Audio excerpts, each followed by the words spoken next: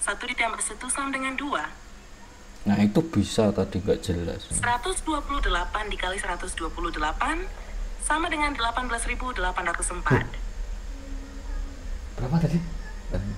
Jika ada lagi yang ingin ditanyakan atau dibahas, silakan saja. Coba kita kasih soal yang lebih sulit. 128.241 tambah 241.241. Bisa enggak dong? 128.241 ditambah 241.241 sama dengan 369.482.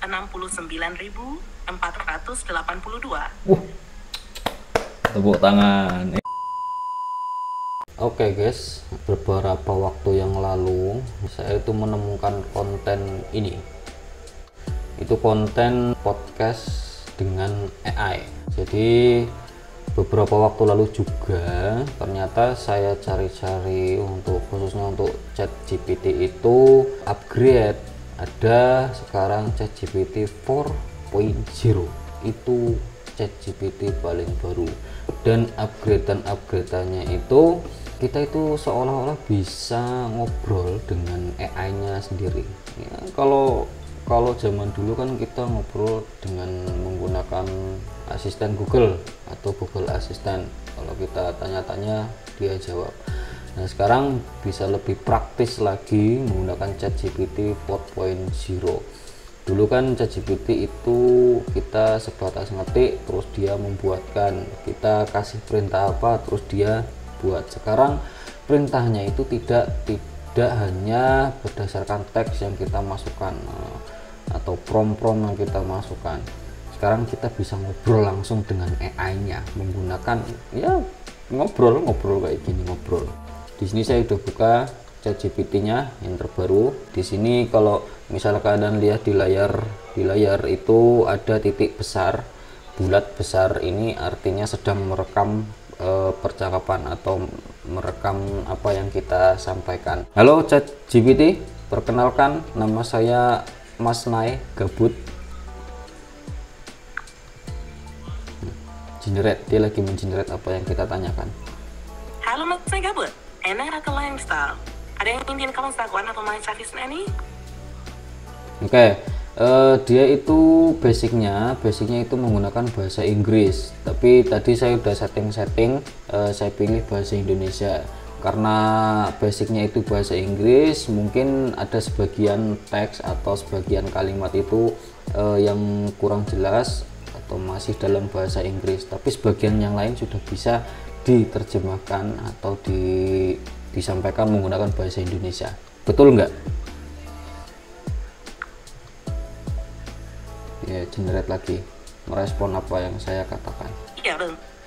Sistem ini memang berbasis bahasa Inggris. Jadi ada kalanya teks atau kalimat yang belum sepenuhnya diterjemasi dalam bahasa Inggris. Namun, umumnya bisa berfungsi dengan baik dalam bahasa Indonesia juga. Jika ada yang kurang jelas, bisa ditanyakan langsung sih. Oke, AI itu kan sangat sangat berguna untuk para konten kreator atau orang-orang yang bekerja di industri kreatif. Nah, di situ bisa nggak sih kalau misalnya AI itu untuk kalangan siswa atau para pelajar-pelajar di sekolah-sekolah itu?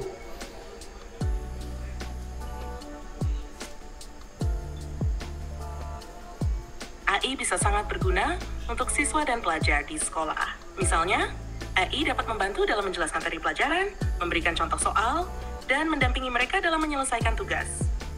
Selain itu, AI sesuai gunanya bahasa, plus us, is dalam konteks pendidikan, AI dapat berfungsi sebagai tutor pribadi yang dapat kapan saja, memberikan umpan balik instan, dan membantu siswa memahami konsep yang sulit. Menurut is ia step candidate, all the thoughts. Dengan demikian, AI bukan hanya alat bantu tetapi juga bisa menjadi mitra belajar yang efektif. Nah, jadi AI tadi bisa menjadi mitra belajar yang efektif. Berarti seolah-olah kita punya guru pribadi ya, tapi guru pribadi dalam bentuk virtual gitu kan.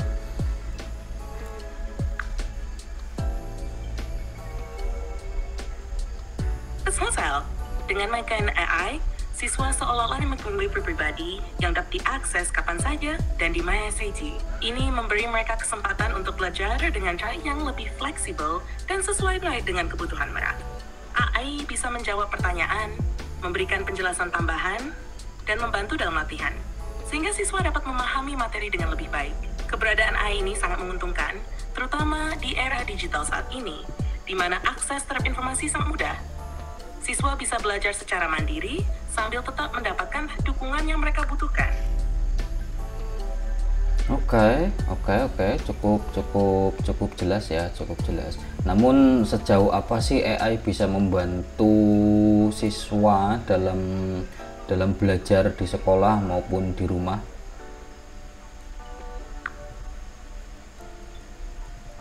Lumayan. AI dapat membantu siswa dalam berbagai cara, baik di sekolah maupun di rumah. Pertama, AI bisa memberikan penjelasan tentang materi pelajaran yang sulit. Misalnya, siswa dapat bertanya tentang konsep matematika atau fisika, dan AI akan memberikan jawaban yang jelas dan detail. Ini sangat berguna ketika siswa mengalami kesulitan saat belajar di kelas. Kedua, ada yuan ultimatum bensin semester. Siswa bisa mendapatkan bantuan dalam menyelesaikan soal-soal latihan, melakukan riset untuk proyek, atau memahami bacaan yang sulit. Dengan cara ini, AI bisa melakukan self-teaching. Bisa, AI sangat berfungsi pada semua. Banyak aplikasi yang menggunakan teknologi AI untuk memberikan kuis interaktif atau latihan soal yang disesuaikan dengan tingkat pemahaman siswa.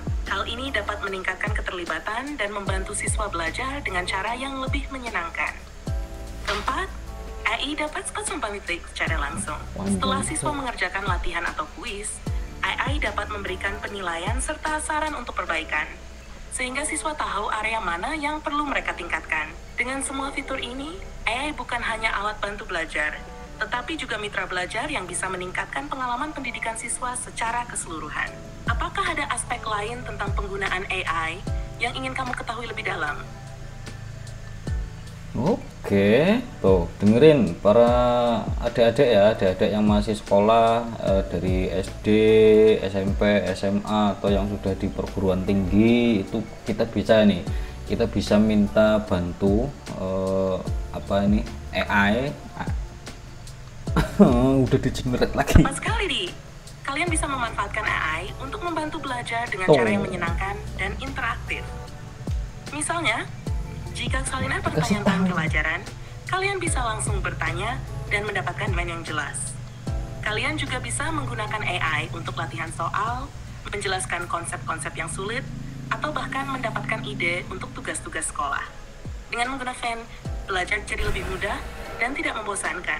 Jadi, manfaatkan teknologi ini sebaik-baiknya untuk mendukung pendidikan kalian. Ada topik tertentu yang ingin bahas lebih lanjut? Oke. Kalau misal saya itu seorang siswa, susah nggak sih kalau misal kita misal ada tugas terus mau mengakses menggunakan AI, itu mudah diakses atau masih susah sih untuk siswa?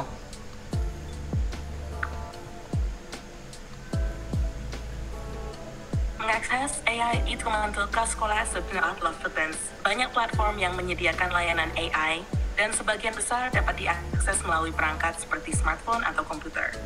Kalian hanya perlu mencari aplikasi atau website yang menawarkan bantuan belajar, lalu kalian bisa langsung bertanya atau meminta penjelasan.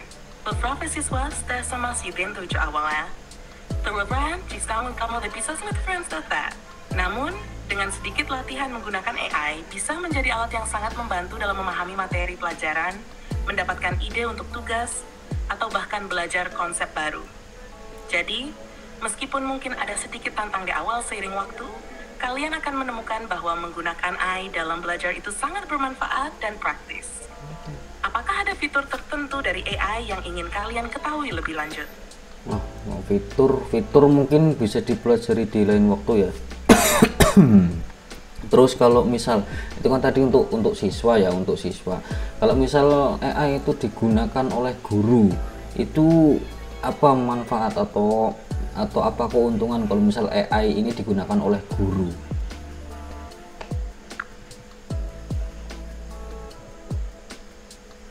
Penggunaan penggunaan AI oleh guru memiliki manfaat keuntungan. Pertama, AI dapat membantu guru dalam merancang materi pembelajaran yang lebih interaktif dan menarik. Dengan menggunakan AI, guru bisa mendapatkan rekomendasi konten yang relevan sesuai dengan kurikulum dan kebutuhan siswa. Kedua, AI bisa menganalisis data siswa seperti hasil ujian dan partisipasi dalam kelas untuk memberikan umpan balik yang lebih baik. Hal ini membantu guru untuk mengidentifikasi area di mana siswa mungkin kesulitan dan menyesuaikan pengajaran mereka. Instead, AI can understand to every lesson. Misalnya, guru bisa menggunakan alat AI untuk mengotomatiskan tugas-tugas administratif seperti penilaian tugas atau pengumpulan data, sehingga mereka bisa fokus lebih pada pengajaran. Keuntungan lainnya adalah akses ke sumber daya global. Dengan AI, guru bisa terhubung dengan pakar di bidang tertentu atau mendapatkan materi terbaru dari berbagai sumber di seluruh dunia. Saudara Farhan, penggunaan AI yang apakah ada aspek tertentu yang ingin kau ketahui lebih lanjut? Oke, boleh. Berarti secara singkatnya emang AI itu kira-kira AI itu bisa menggantikan tugas atau pekerjaan manusia enggak sih? Atau hanya sekedar alat bantu saja untuk menunjang pekerjaan mereka? Coba kita dengerin jawabannya. AI lebih berfungsi sebagai alat bantu yang menunjang pekerjaan manusia daripada menggantikan sepenuhnya. AI dapat mengotomatiskan tugas-tugas rutin dan memberikan analisis data yang cepat, sehingga mempermudah manusia dalam pengambilan keputusan. Namun, aspek-aspek seperti kreativitas, empati, dan interaksi manusia tetap menjadi kekuatan yang tidak bisa sepenuhnya digantikan oleh AI. Misalnya, di bidang pendidikan, AI dapat membantu guru dalam administrasi dan memberikan rekomendasi pengajaran.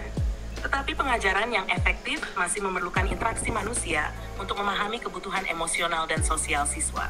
Jadi, hanya dianggap sebagai pendukung yang meningkatkan efisiensi dan efektivitas, bukan pengganti. Apakah ada bagian tertentu yang ingin kamu eksplorasi lebih lanjut mengenai peran AI?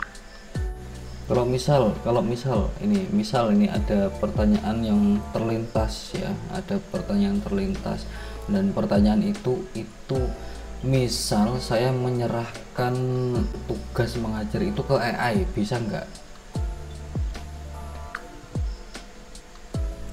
Coba kita dengerin, bisa apa enggak? Mengandalkan AI sepenuhnya untuk mengajar bisa jadi tidak ideal. AI dapat membantu dengan memberikan informasi, menjelaskan konsep, dan menjawab pertanyaan. Tetapi proses pembelajaran yang efektif memerlukan interaksi manusia yang mendalam. Pengajaran melibatkan banyak aspek, seperti empati, pengawasan, dan penyesuaian metode sesuai kebutuhan siswa. Meskipun AI bisa menjadi alat yang sangat berguna, terutama dalam menyediakan materi dan latihan, peran guru tetap sangat penting dalam mendukung perkembangan sosial dan emosional siswa. AI lebih baik digunakan sebagai alat bantu, bukan sebagai pengganti guru. Jadi, kombinasi antara peran tradisional melawan usia AI langsung berikan exhibition hingga feedback. Apakah ada contoh spesifik yang ingin kamu bahas tentang penggunaan AI dalam pengajaran? Nah gitu ya, untuk para siswa, misal para siswa itu pengen nyari guru les mungkin, tapi ini nggak mau mematikan guru les atau apa.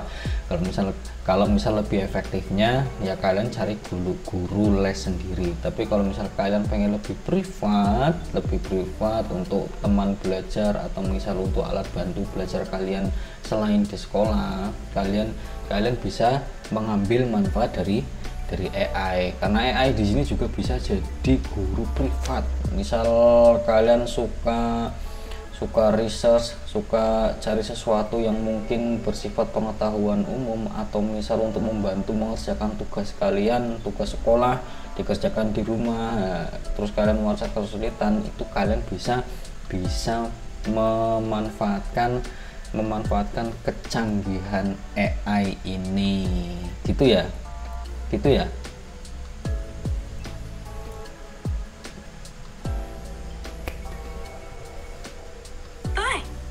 AI bisa berfungsi sebagai guru privat yang fleksibel dan mudah diakses.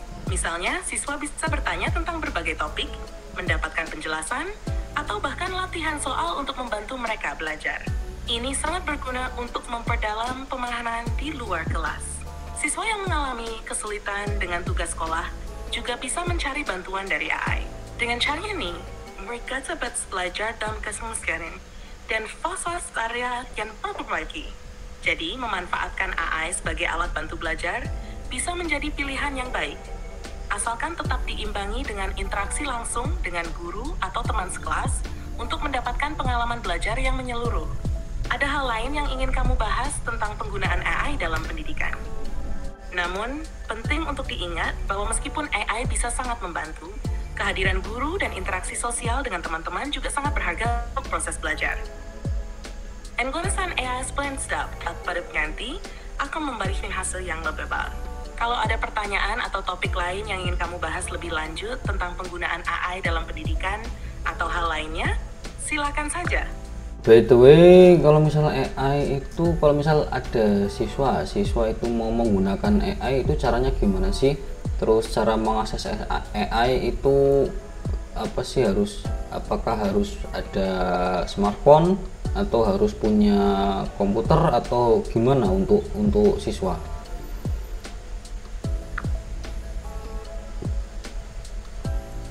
Saudara bisa akses dikas penelpon. Pertama, mereka memerlukan perangkat seperti smartphone, tablet, atau komputer yang terhubung ke internet. Ini karena aplikasi atau platform yang menyediakan layanan AI biasanya berbasis web atau aplikasi yang dapat diunduh. Setelah memiliki perangkat, siswa bisa menggunakan AI melalui aplikasi atau situs web yang menawarkan layanan tersebut. Misalnya, mereka bisa mengakses chatbot AI seperti ChatGPT melalui browser atau aplikasi Tasmi. Masukkan pertanyaan atau topik yang ingin dibahas, dan tag atau atas informasi yang relevan. Hal penting lainnya adalah memastikan koneksi internet yang stabil, agar interaksi dengan AI berjalan lancar. Dengan cara ini, siswa dapat dengan mudah memanfaatkan AI sebagai alat bantu belajar di masa dan kan saja. Kalau ada yang ingin kamu tanyakan lebih lanjut tentang cara penggunaan AI, silakan saja. Oke. Kalau misal saya mau pakai AI, itu apa sih syaratnya? Itu harus beli, harus bayar atau gratis?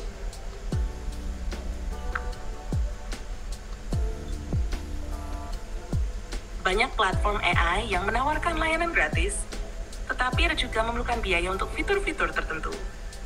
Misalnya, ChatGPT memiliki versi gratis yang bisa diakses, tetapi juga menawarkan langganan berbayar untuk akses ke fitur yang lebih canggih atau lebih banyak kuota penggunaan. Untuk menggunakan AI, syarat utamanya adalah memiliki account yang terhubung ke internet. Jika menggunakan versi gratis, kamu tidak perlu membayar, tetapi mungkin ada batasan dalam hal jumlah pertanyaan yang bisa diajukan atau fitur yang bisa digunakan. Jadi, tergantung pada platform yang kamu pilih, kamu bisa mulai dengan yang gratis dan memutuskan apakah ingin upgrade ke versi berbayar jika merasa perlu. Jika ada suka platform tertentu, aku bisa bantu untuk memberikan informasi lebih detail. Oke, ini satu lagi nih penting nih, mungkin harus ditanyakan juga. Itu kan kalau misal di aplikasi Canva atau untuk platform Canva, kita disuruh bikin akunnya akun Google. Nah, di situ ternyata di ranah pendidikan itu juga ada akun belajar. Kita bisa mengakses Canva menggunakan akun belajar, dan kita disediakan fitur-fitur berbayar kalau kita punya akun belajar. Kalau misal di ChatGPT bisa nggak kalau misal kita menggunakan akun belajar ID itu ada akses terbatas juga atau akses yang berbayar juga bisa kita akses semua?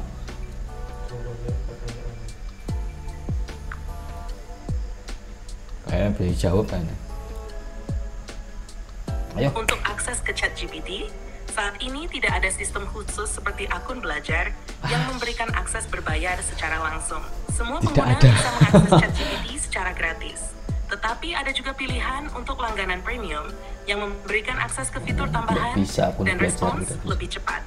Namun, jika sekolah atau institusi pendidikan memiliki langganan untuk penggunaan ChatGPT, mereka bisa mendapatkan akses terbatas atau fitur tertentu yang tidak tersedia untuk pengguna biasa. Jadi, jika kamu menggunakan ChatGPT di lingkungan pendidikan, mungkin ada kebijakan atau pengaturan khusus yang diimplementasikan oleh institusi tersebut. Jika ada perubahan atau fitur baru yang muncul di masa depan, Biasanya informasi tersebut akan diumumkan di situs Mi OpenAI. Pastikan mengikuti situs tersebut informasi yang lebih akurat dan terkini. Oke, jadi kesimpulannya AI itu sangat berguna dan banyak manfaat kalau misal kita bisa pakai AI, terutama di dalam dunia pendidikan. Kalian yang masih siswa terus banyak tugas bisa dibantu oleh AI, bisa minta tolong ke AI atau bisa akses AI untuk membantu tugas-tugas sekolah kalian, gitu kan. Itu mulai dari jenjang SD, SMP sampai perguruan tinggi. Begitu juga kalau misal kalian itu guru, mungkin di sini ada bapak ibu guru yang nonton, terus harus tetap mengerjakan administrasi mengajar, itu juga bisa dibantu sama AI. Tapi ingat, AI di sini tadi si Chatty itu bilang kalau AI itu tidak bisa menggantikan pekerjaan manusia. AI hanya sekedar sebagai alat bantu saja. Gitu ya. Silakan kalau misal kalau misal kita pengen banget kerjaan kita lebih efisien, lebih efektif, juga bisa dipakai AI-nya.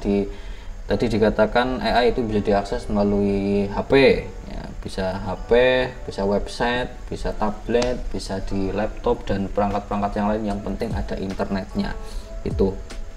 Terus kalau misal untuk penggunaan yang wajar-wajar, yang minim aja lah, kita cukup bisa menggunakan fitur yang gratis. Bisa AI juga bisa menyediakan fitur gratis untuk kita pekerjaan ringan.